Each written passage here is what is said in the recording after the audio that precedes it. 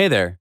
My name is Riley, and I am a true fantasy, or I should even say a legend, because I can spend more time underwater than any of you. Much more time. That's because I'm an amphibian man. In the first years of my life, no one knew about my unusual abilities. Everyone just was sure that I was the most ordinary child who treated water with special love. But actually, it's absolutely normal for a child to sit in the water for hours, so this fact hasn't made anyone suspicious at all. When I was 5 years old, my parents and I went on a vacation to the beach. Mom asked me to remain on the shore in her range of vision. Then suddenly a big wave rose and washed me away into the sea. And while my parents were going crazy and tearing their hair out on the shore, I calmly swam underwater and explored the underwater world.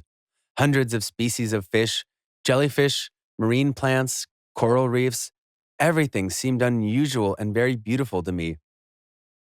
I was so caught up with all this that I wasn't even thinking about my parents. When I emerged, I realized that I swum very far into the sea. I was scared and started to panic because there were neither my parents nor anybody else nearby. I couldn't even see the shore from my place. Soon, a rescue boat appeared. They noticed me and took me to the beach, where the ambulance doctors were on duty.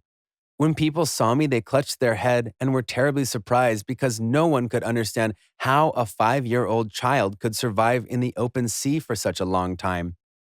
And they were shocked even more when, after a medical examination, it turned out that I was perfectly all right. Of course, I was frightened, but everything else was fine. I had neither injuries, nor bruises, nor scratches. When I got over my stress, I began to tell my parents what I had seen in the underwater world. I'd tried to describe its beauty and the diversity of its inhabitants, but my mom just shrugged and said that it was a child's fantasy, especially since the child had been in extreme conditions. That time, we didn't come close to the sea anymore, but looked at it from afar. This experience turned out to be a great shock for us. When the vacation was over and we returned home, my mother said that after the accident, I would probably be afraid of water and this fear could last for the rest of my life. Actually, I did not understand how water could cause fear, but then I decided that my mother was more experienced in such things and knew best. Then, over a very long period of time, I was not allowed to get close to the water at all. I was forbidden to walk near the ponds, go to the pools, or even wash in the bathtub full of water, which was replaced by a shower cubicle.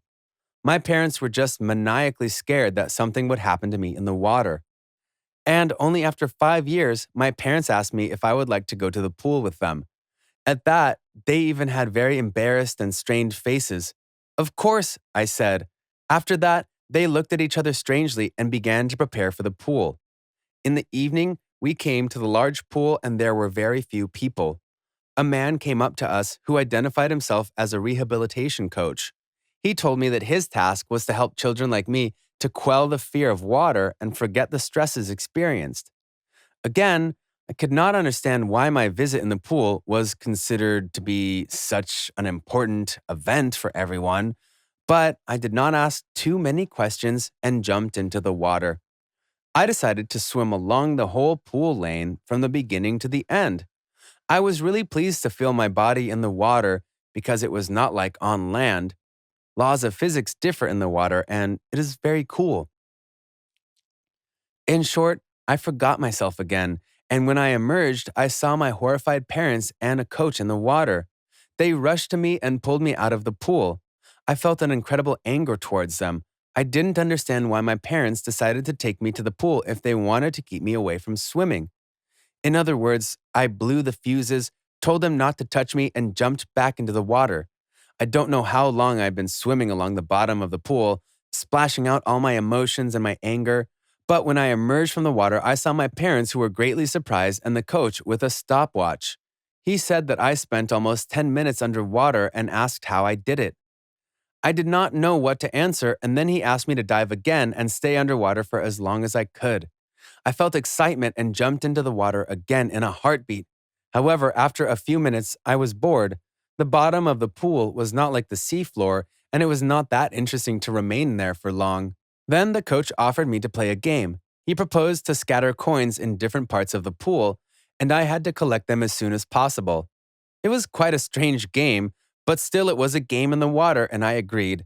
The only condition of that game was to not come up out of the water.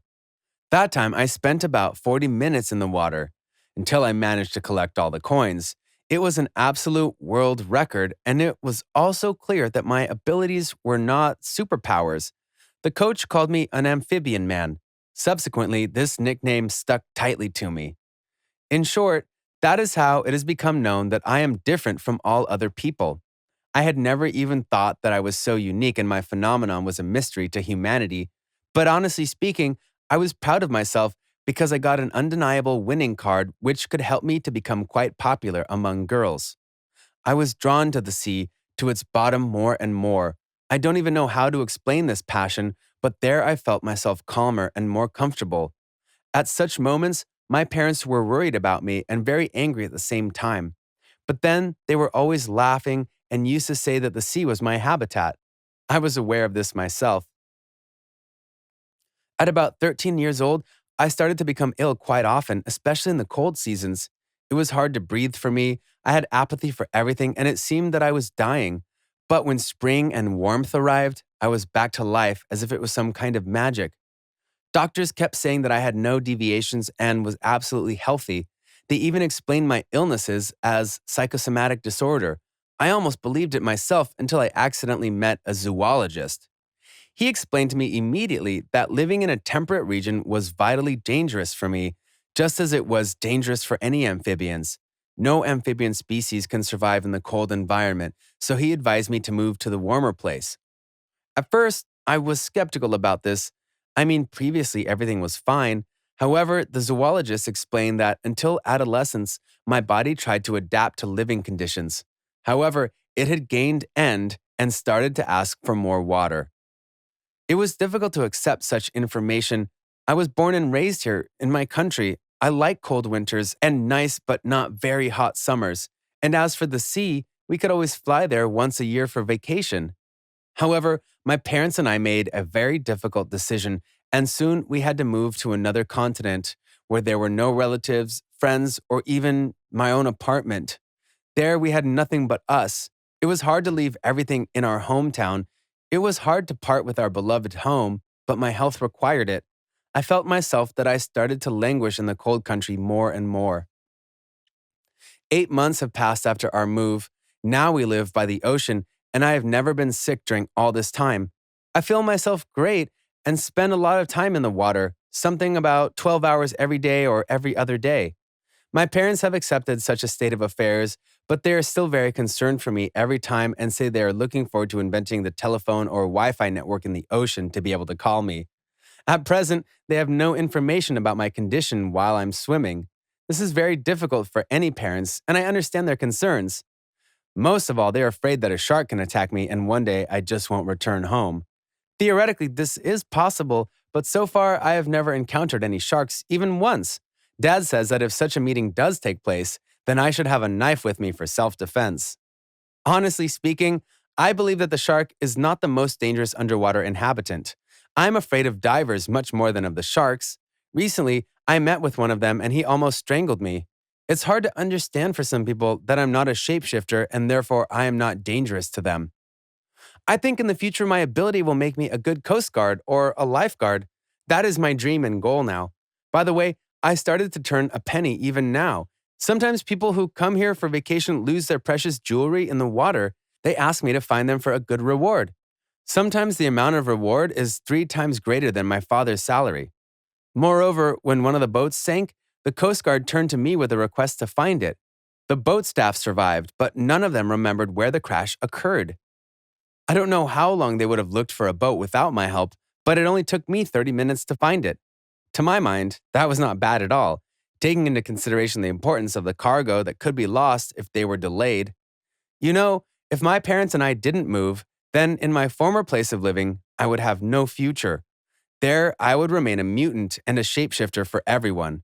Here, people value me and recognize my importance because the ocean needs me.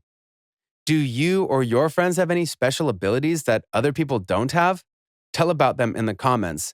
And be sure to leave a like to this video and subscribe to our channel to be the first to watch new interesting video stories.